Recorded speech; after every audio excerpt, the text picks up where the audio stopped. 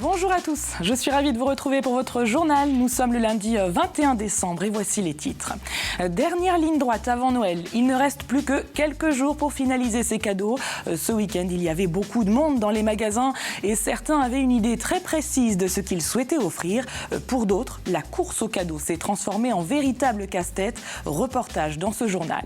Et en ces fêtes de fin d'année, nous parlerons de solidarité avec l'AREM Tabac, une association vendéenne qui, depuis 1987, vient en aide aux plus démunis dans une région du Burkina Faso. Les bénévoles ont chargé il y a quelques jours un camion rempli de vélos, vêtements et fournitures scolaires qui effectuera un long voyage pour l'Afrique. Et puis en fin d'édition, direction Chaland pour une plongée 100 ans en arrière dans l'ambiance de Noël. L'association Chaland autrefois a organisé ce week-end plusieurs manifestations autour de cette fête traditionnelle chrétienne. Il ne reste donc plus que quelques jours pour faire vos achats de Noël. La course aux cadeaux a commencé ce week-end. Les magasins ont enregistré une forte affluence dans les allées des clients à la recherche de la bonne idée pour faire plaisir. Ambiance aux flâneries à La Roche-sur-Yon, Alix Lanos. Chèque cadeau, idée cadeau, à quelques jours de Noël, c'est le mot qui revient dans toutes les bouches. Et en la matière, il y a ceux qui savent ce qu'ils veulent. Je cherche le tome 7. Alors le tome 8, il était facile, le tome 7, il l'est beaucoup moins. Moi, je suis venue spécialement pour acheter un vinyle de Léo Ferré. Et j'ai beaucoup de chance parce qu'il en restait juste un. Kiki la cocotte. C'est un jeu de société. Et ceux qui le savent un peu moins. On n'a pas encore tout à fait terminé, donc on cherche. On n'a pas vraiment d'idée fixe. Et comme elle, ils sont nombreux à flâner à la recherche de la bonne idée. Dans ce magasin, tout le monde est prêt pour le grand rush de Noël. 50 employés contre 25 habituellement et tout un personnel aux petits soins pour ses clients. Ce sont les 4 plus gros jours de l'année. Concrètement, c'est là où tout se fait au niveau des rushs, sachant que là maintenant on est en vacances scolaires, ça y est, on est en vacances de Noël, donc là maintenant c'est les plus gros jours et on sera là, on sera au rendez-vous justement pour assurer l'efficacité et la rapidité du service. La matinée avance et les rayons se remplissent. Les plus prévoyants étaient venus dès l'ouverture de la galerie commerciale. Pour les autres, la course aux cadeaux est en train de perdre un petit peu de son charme. Ça deviendrait presque une corvée. C'est temps que ça se termine. Là, c'est vraiment une corvée, les derniers cadeaux, je trouve. C'est les deux à la fois. On a envie de faire plaisir. Et pour trouver, c'est parfois une corvée. Alors comme chaque année, chacun se jure de s'y prendre à l'avance pour Noël prochain, à moins que le plaisir ne se trouve justement là. Et en même temps, c'est vrai que les derniers jours, il y a une autre ambiance. Donc même si on le sait, je crois que tous les ans, c'est pareil. On aime venir chercher cette ambiance du dernier moment. Et pas de panique, il reste encore quelques jours avant Noël, quelques jours pendant lesquels les magasins ne désempliront pas. Pour beaucoup d'enseignes, la période de Noël représente près de 30% du chiffre d'affaires annuel. En bref, si vous devez effectuer des démarches administratives auprès de la préfecture ou de la sous-préfecture de Vendée, notez que les horaires changent à partir de ce lundi. Le service carte grise, permis de conduire, carte d'identité et passeport, ainsi que le service des étrangers seront ouverts uniquement le matin de 8h30 à 12h30.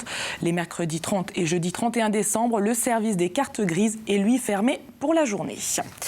Après La Roche-sur-Yon et Fontenay-le-Comte, c'est au tour de Saint-Jean-de-Mont d'accueillir des migrants. Ce week-end, une dizaine de personnes en provenance de Calais est arrivée dans la commune. Je vous rappelle que conformément au plan de répartition élaboré par la Commission européenne, la France s'est engagée en septembre dernier à accueillir 24 000 migrants pour les 2 ans à venir. On ouvre notre page sport avec la défaite ce week-end en football des Herbiers face à Châteauroux, le match nul de Luçon contre Orléans et puis en hockey sur glace, La Roche-sur-Yon accueillait Anglette. Le résumé sport du week-end tout de suite avec Samuel Grasset. Avec 7 buts inscrits, le public du stade Massabielle aura été servi. Les Herbiers accueillaient la Berrichonne de Châteauroux et les Castelroussins prennent le large pendant la première mi-temps. D'abord sur pénalty, puis à la 29e et à la 39e minute. Les joueurs des Herbiers, visiblement fatigués par cette fin d'année, réduisent le score juste avant la pause, 1-3 à la mi-temps. Puis 1-4 juste après la reprise. Les Vendéens vont ensuite se réveiller et marquer 2 buts, 3-4, score final. C'est la 3e défaite des Herbiers cette saison. Il faut qu'on arrive à agir, qu'on a un potentiel pour jouer quelque chose d'intéressant et qu'il va falloir faire une grosse deuxième partie de saison en jouant des matchs pleins. Voilà, c'est vrai qu'on n'était pas dans l'agressivité à nouveau. Techniquement, on a perdu trop de ballons faciles. Les Herbretins ont désormais une dizaine de jours pour se reposer. Reprise de l'entraînement dès le 2 janvier. Match nul pour Luçon. Les Vendéens en rouge jouaient sur la pelouse d'Orléans. Après une première mi-temps sans but, Luçon ouvre le score à la 51e minute. 7 minutes plus tard, les Orléanais égalisent. Score final 1-1. Luçon termine cette première partie de saison 2e à 3 points du leader Belfort. La bataille pour la montée en Ligue 2 reste serrée. Prochaine journée, le 8 janvier, Luçon accueillera Béziers. Enfin au hockey, nouvelle défaite pour le Hogli. Les Lyonnais affrontaient le leader Anglet pour la 16e journée de championnat. Ce sont les Basques qui ont ouvert le score dans le deuxième tiers-temps, inscrivant 3 buts en à peine 3 minutes. Les Vendéens vont ensuite mettre le palais au fond des filets à 2 reprises avant d'encaisser 2 autres buts en toute fin de rencontre. Défaite 2-5. On a joué quand même contre la première équipe, donc j'espère que ça.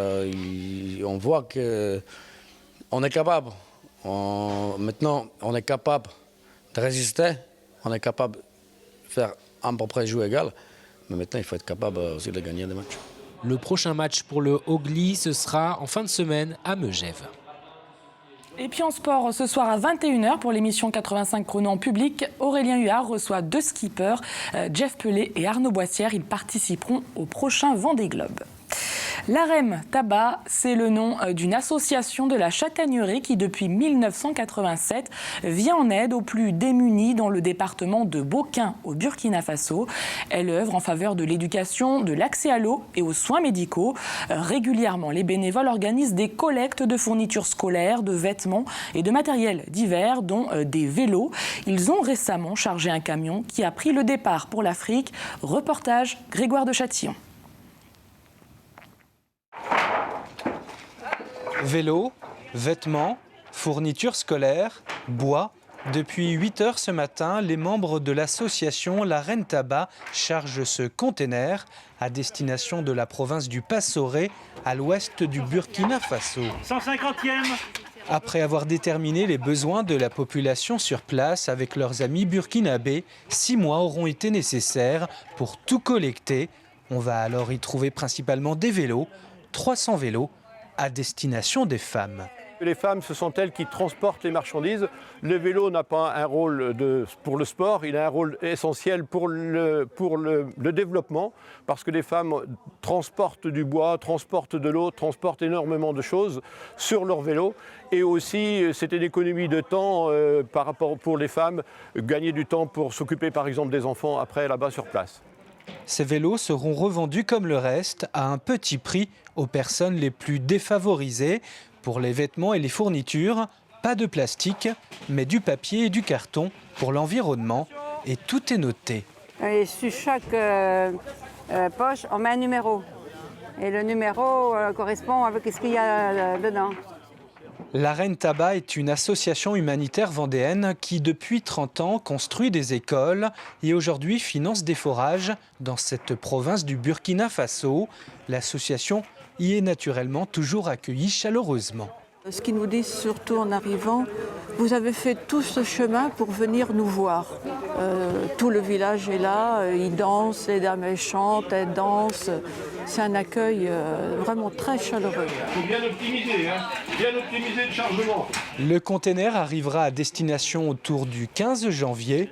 Une équipe de l'association s'y rendra alors pour aider à la distribution. Parlons maintenant de pirates et du logis de la Chaboterie. Ce week-end, pour le plus grand bonheur des enfants, ce célèbre site culturel vendéen fêtait Noël avec un peu d'avance. Les spectateurs ont été plongés dans l'univers des pirates et des corsaires. Plusieurs animations payantes et gratuites ont été proposées au public. Une mini-ferme a également été installée pour l'occasion. Et un spectacle pyro-musical, comme vous le voyez sur ces images, a clôturé cette édition 2015. Le Noël du logis de la Chaboterie a attiré de nombreux spectateurs. Objectif donc atteint pour cet événement qui souhaite ouvrir le site au plus grand nombre, comme l'explique Laurent Tixier, un membre de l'organisation au micro de Thibaut Grasset.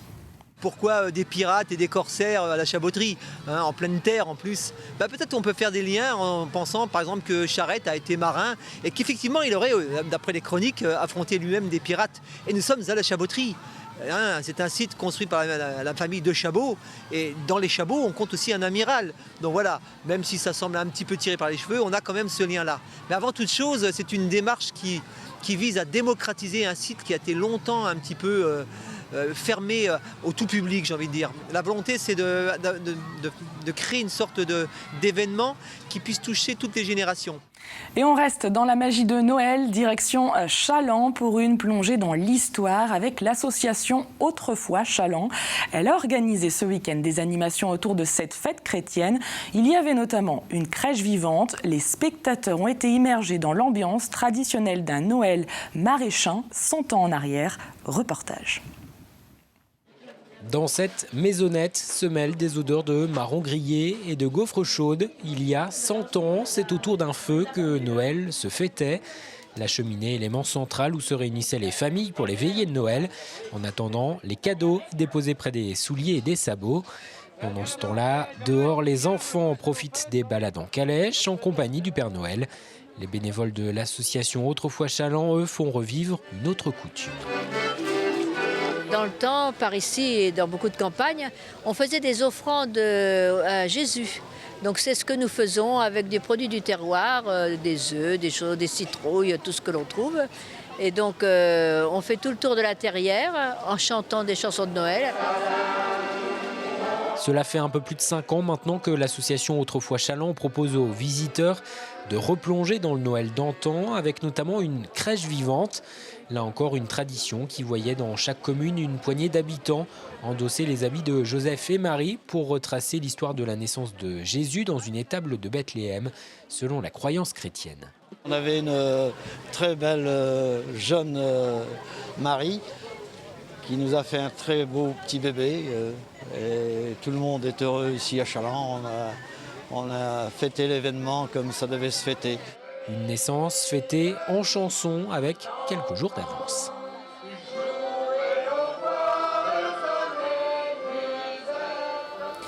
Un mot de météo avec des températures toujours très douces pour la saison. Ce mardi, c'est sous un ciel nuageux que l'on se réveillera.